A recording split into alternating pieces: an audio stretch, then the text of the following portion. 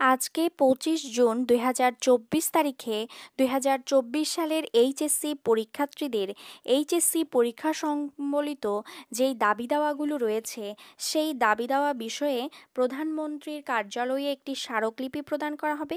তার সাথে সাথে পরীক্ষা পেছানোর জন্য প্রধানমন্ত্রীর সাথে সরাসরি কথা বলা হবে।